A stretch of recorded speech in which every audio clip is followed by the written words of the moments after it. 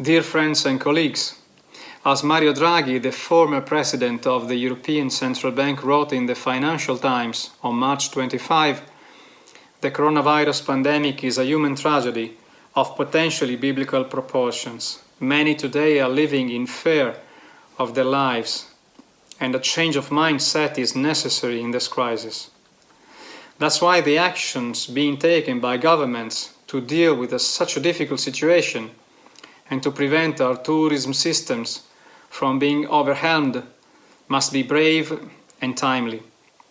The response of the Italian government was not long in coming.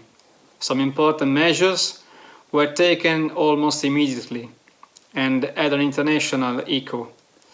And as you know, several EU member states, including France, Belgium, Denmark, have relaxed the refund rules in their national legislation. In this short speech, I want to focus on one of these in particular, concerning the travel and the tourism sector. Using vouchers as an alternative to a cash refund. It's the Italian way of supporting the financial needs of tour operators, carriers and hoteliers. So first of all, the vouchers. In order to avoid the collapse of both the sectors, air transport and tour operators in particular, the Italian government adopted on March 17 the Law Decree No. 9/2020. First of all, the law expressly declares that the COVID-19 emergency constitutes a case of supervening impossibility of performance. As such, according to the general principles of the Italian Civil Code, the consequence is the termination of the contract and should be the right of the users to get a cash refund. However, Article 28 introduces an exception for air, rail, maritime, road and inland transport contracts, as well as to package travel contracts, to be carried out in favor of people who are unable to use the services during the contagion period or in the areas affected by COVID-19. Then the same provision has been extended to lodging contracts by Article 88 of Law Decree No. 18/2020, and again to admission tickets for shows of any nature, including film and theatre performances, and the entrance tickets to museums and other places of culture. But car rentals, restaurants, and other tourist services are excluded, probably due to the market characteristics or the absence of organized lobbies. In short, as an alternative to a cash refund, the law enables operators to provide customer requesting a refund with a voucher that must be used within 12 months of the issue date. This voucher is an acknowledgement of a credit toward individuals who have booked directly or through travel agency or booking platforms and find themselves in one of the conditions of impossibility set forth by law. And this provision applies to all contracts, irrespectively of the nationality of the customer or the registered office of the travel agency or intermediary, or the website through which a booking was made. Based on the above provisions, customers are required to notify the provider of the occurrence of one of the situation qualifying as a supervening impossibility no later than 30 days after the expiry, impediment or cancellation, suspension or postponement of the event. And within 15 days of said notification, the provider shall make the reimbursement of the amount paid for the service or issue a voucher for an equivalent value that must be used within a year of the issue date. In this regard, despite some initial doubts, it is clear that the option of using vouchers as an alternative to a cash refund is attributed to the carrier, the tour operator or the hotelier, and not to the consumer, the passenger, the traveler or the host. In legal words, it's probably a kind of novation op legis. The law gives the operator the potestative right to transform an extinguished contract with a new contract between the same parts of the previous agreement and with a limited duration.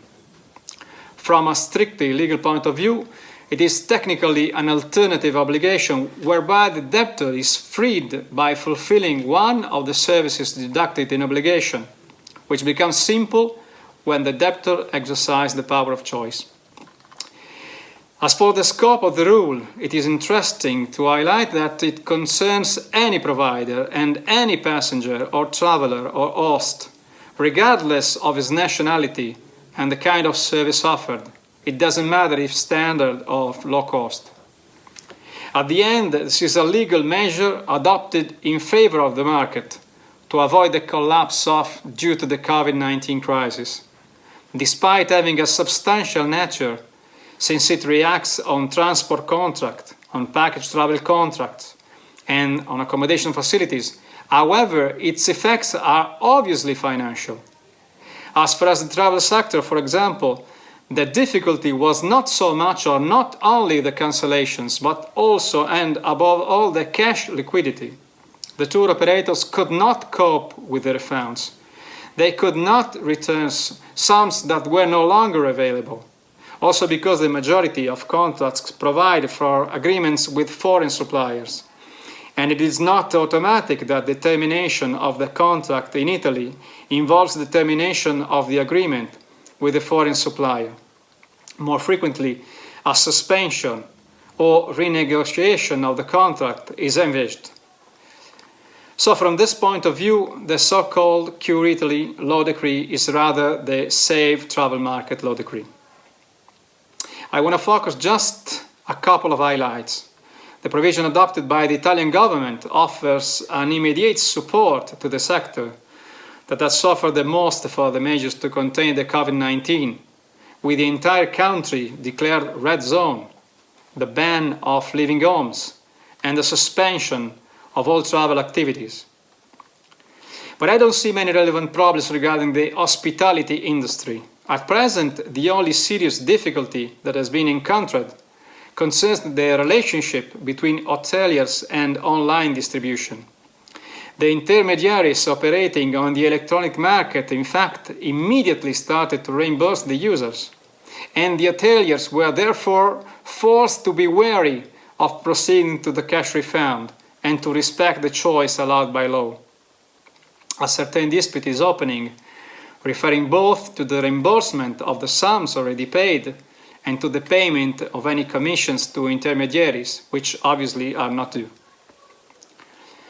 A second question appears more uncertain with reference to transport contracts, and in particular in relation to air transport. The problem in Italy was immediately raised by consumer protection associations. In airline practice, it has been verified that low-cost carriers have almost always refunded the ticket price, while traditional airlines have very often opted to issue the voucher.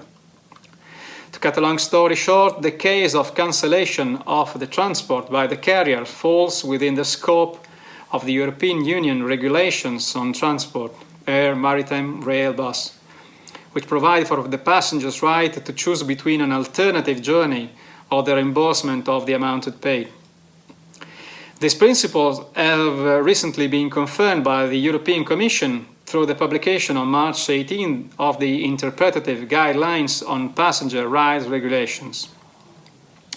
Nonetheless, if the passenger cannot travel or no longer wishes to travel because of the COVID-19 outbreak, the carrier has no legal obligation at the European level, and it is possible that national measures have been taken to deal with passengers may differ from one member state to another and are not addressed in the Commission's guidelines.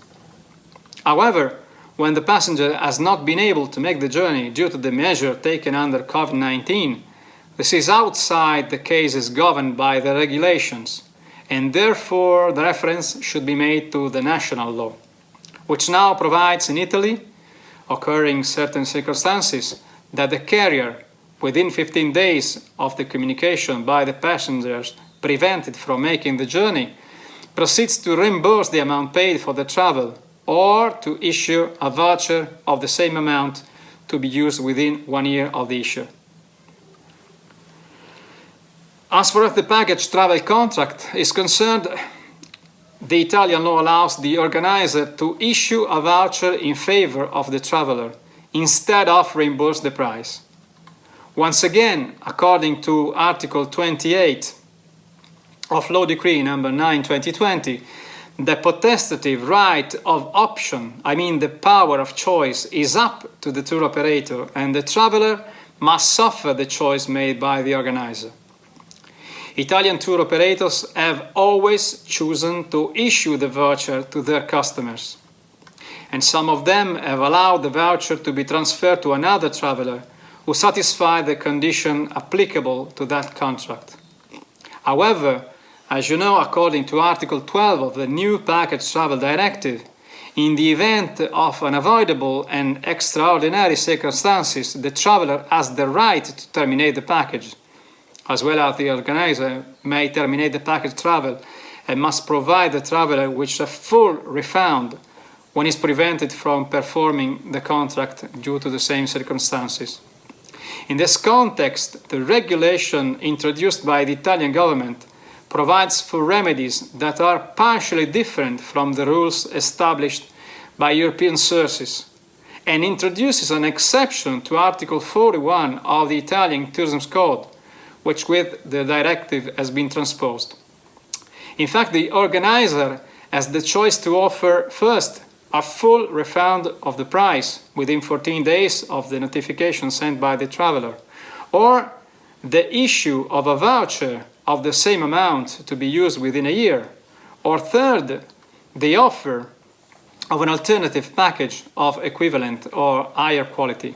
And it's absolutely evident that this appears in partial contrast with the directive, which attributes to the traveler the right to obtain a full refund of any payments in case of withdrawal from the package travel contract in the event of unavoidable and extraordinary circumstances. The government seems aware of this problem, where it established that the provision referred constitute mandatory rules of law in Italy. These therefore prevail of foreign laws and any different agreements, since the implementation of these rules is deemed crucial for protecting the economy of our country. There are therefore some doubts about the capacity of this discipline to resist in a possible lawsuit brought by travelers who require a full refund instead of the voucher or the alternative package offered by the organizer. Again, there are some practical problems in managing the voucher. For example, the fact that the voucher is usually personal and cannot be transferred to another traveler. Or again, the fact that some tour operators may not allow the change of destination.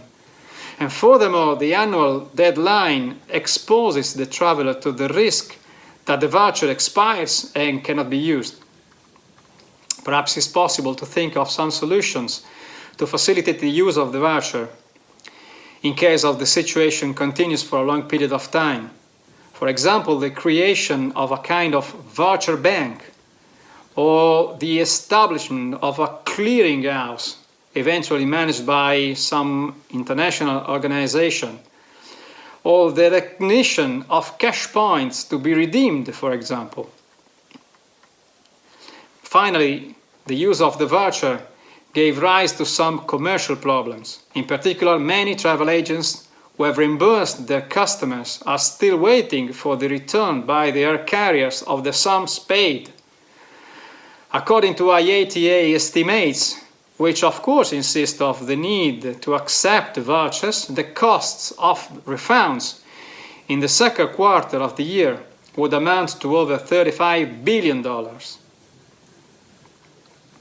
At the end, some conclusions. Using vouchers as an alternative to a cash refund has been an interesting idea to deal with the pandemic by avoiding the collapse of the Italian travel and tourism sector. This is for sure, at least in the short period. However, in my opinion, the real question is whether this can become the definitive long-term solution or not. The emergency situation required the adoption of extraordinary and urgent measures, and the return to normal must make us reflect on the structure itself of the relations between passengers, travelers and guests on the one hand, and carriers, tour operators and hoteliers on the other, taking into account all the components of the market and the different types of tourism services. The global travel and tourism industry has been ravaged by COVID-19, a classical example of a black swan event.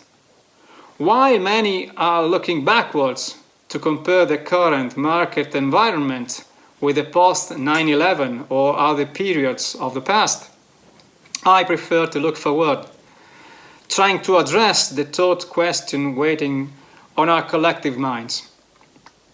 If it is true what we often hear to repeat, that nothing will be the same as before, then we must think of new rules that are fairer for tourists, passengers, travelers or hosts, and equally sustainable for the European Union market. Anyway, returning to the words of Mario Draghi, speed is absolutely essential for effectiveness. The speed of the deterioration of private balance sheets must be dealt by equal speed in supporting each other in the pursuit of what is evidently a common cause. And this is exactly what we are trying to do today. So thank you so much for your kind attention. See you soon, and take care of you and all your relatives and families and friends and all the people you are working with.